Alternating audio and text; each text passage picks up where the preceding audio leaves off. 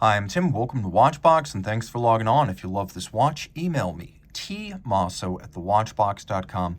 Your purchase and pricing email question line for buying this or any watch you see on any Watchbox platform. Reach out to tmosso@thewatchbox.com for pricing. Today, we're discussing a watch that originally launched as a model line in 2008, but the Quai hit its stride in 2016 with the arrival of what you see here: black dial, 3 hands, a date, and a stainless steel case. This was the sweet spot for the model. Now, it is a large tonneau-shaped watch, so historically inspired but not slavish. This Vacheron is sizable at 41 millimeters in diameter. It's still svelte at 12.5 millimeters thick, and it is broad from end to end, 49.7 millimeters, with a enormous 23 millimeter spacing between the lugs, giving it a commanding and modern stance on the wrist. Remember, broad lug spacings are a very modern phenomenon in design. On my 16 centimeter circumference wrist, you can see the watch is large. If your wrist is 15 centimeters circumference or larger, you're going to wear it well, but any smaller, you probably want to look at a smaller Vacheron model. That said, you can see it is thin. It will fit underneath the cuff.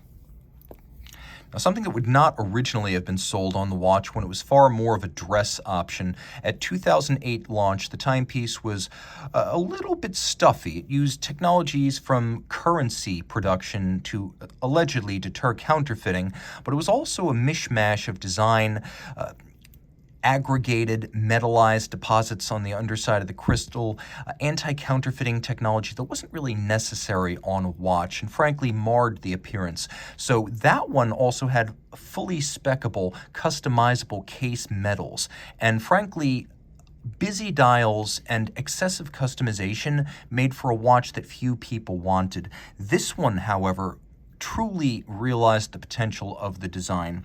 And part of that was by making it sportier. This included use of things like rubber straps, which we have here. Now, if you look at the case flank, you can see that the case falls away quite a bit. Though drilled close to the case, there's a little recess in its flank, so the strap, which has a highly integrated look with no daylight showing, it can pivot entirely without any obstruction against the edge of the case. And if you want to pull the strap straight down around the wrist, you can do that.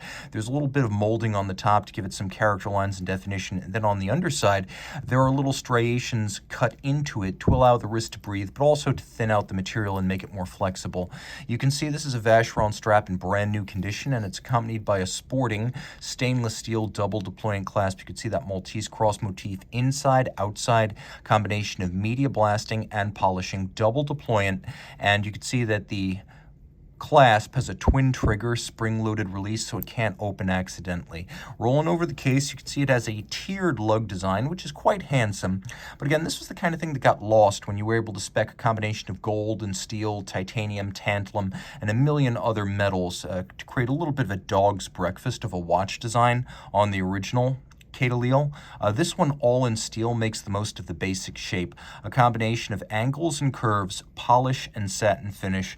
The case flank is slightly recessed, which I really like, and then the lugs are like the extensions atop the Chrysler building. We have a Maltese cross on a relatively small knurled crown, and then we have a cambered sapphire over dial that is black.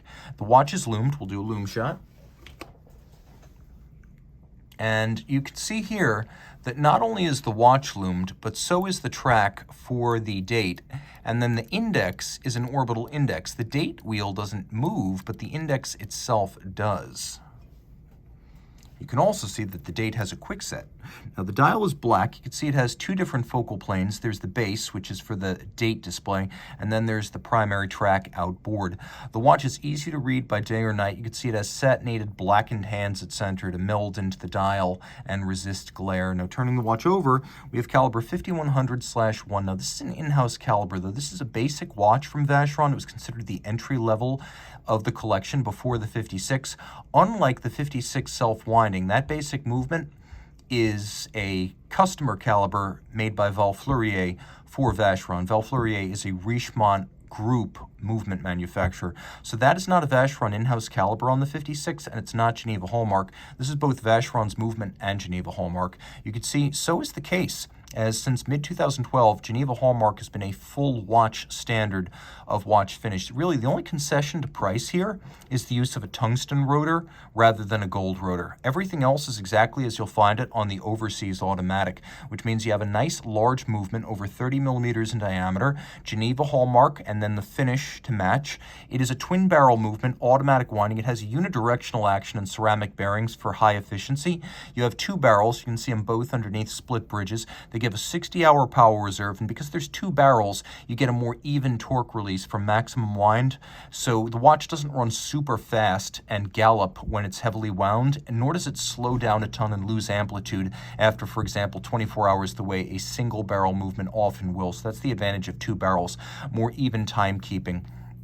This 37 joule movement is adjusted in 5 positions like a chronometer would be. 5 positions is the high horology standard, and it beats weight 8 beats per second. The only refinement it doesn't have is a hacking seconds function, but it does have the quick set, and everything is finished to exactly the standard you would imagine with Vacheron. Anglage, Côte de Genève, engine turning, satination, black polish, you'll find all of them here, and the watch is 30 meters water resistant.